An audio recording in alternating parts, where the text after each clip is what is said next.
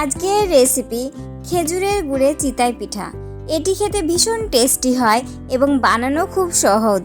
খেজুরের গুড় দিয়ে বানালে এর টেস্ট দ্বিগুণ বেড়ে যায়, বাট অনেকে খেজুরের গুড় দিয়ে চিতাই বানাতে গিয়ে দুধ কেটে যায়। তাদের জন্য থাকছে কিছু টিপস এবং ট্রিক্স। চলুন তাহলে এই রকম নরম তুলতুলে চিতাই পিঠা বানানোর জন্য কি কি লাগছে দেখা যাক। একটা পাত্রের মধ্যে নিয়ে নিয়েছি 2 বাটি মতো আতপ চালের গুঁড়া আর 1 কাপ মতো ময়দা।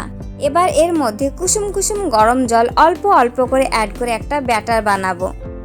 জলটা আমরা একেবারে দেব না, অল্প অল্প করে জলটা দেব।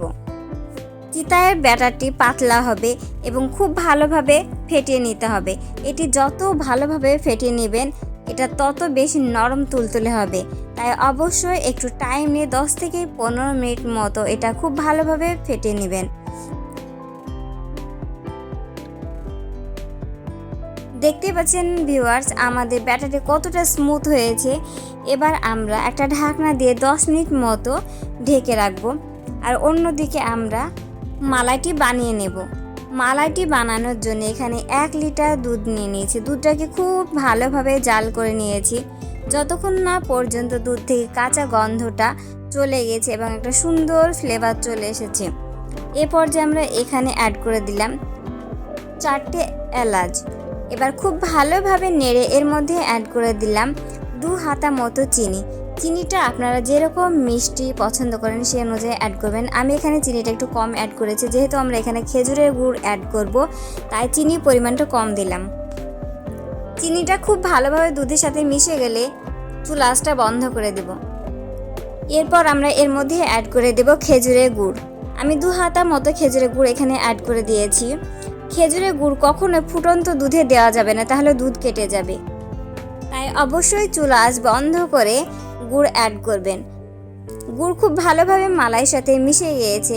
দেখতে পাচ্ছেন ভিউয়ার্স, মালাইয়ের কালারটা খুব সুন্দর চলে এসেছে।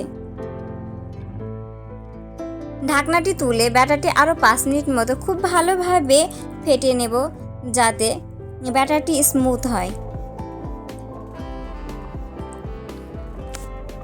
এখানে একটা ইডলি প্যান নিয়ে নিয়েছি। এবার প্রত্যেকটা খাপে আমরা রিফাইন অয়েল খুব ভালোভাবে মাখিয়ে দিয়েছি। এরপর প্যানটিকে খুব ভালোভাবে গরম করে নিয়েছি।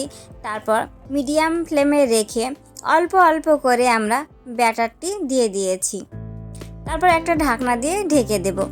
এটি হতে 3 থেকে 4 মিনিট মতো লাগে। এবার ঢাকনাটি তুলে নেব। দেখতে পাচ্ছেন ভিউয়ার্স, এটা আমাদের হয়ে গিয়েছে। একটা ছুরি বা চামচের সাহায্যে একটু খোঁচা দিলে এগুলা উঠে আসবে। একইভাবে আমরা সবগুলোকে বানিয়ে নেব।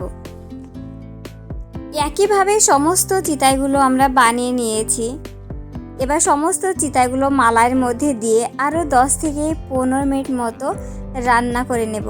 এরপর চুলার আঁচটা বন্ধ করে দেব। মালাইগুলো ভিজতে 7 থেকে 8 ঘন্টা মতো সময় লাগে। 7 থেকে 8 ঘন্টা পর আপনারা সার্ভ করবেন। তো আমাদের রেসিপিটি কেমন লাগলো অবশ্যই কমেন্টে জানাবেন। যদি ভালো লাগে তাহলে অবশ্যই একটি লাইক, কমেন্ট এবং শেয়ার করে দিবেন। তো প্রথম থেকে শেষ পর্যন্ত থাকার জন্য আপনাদেরকে অসংখ্য ধন্যবাদ। সবাই ভালো থাকবেন, সুস্থ থাকবেন। Bye bye.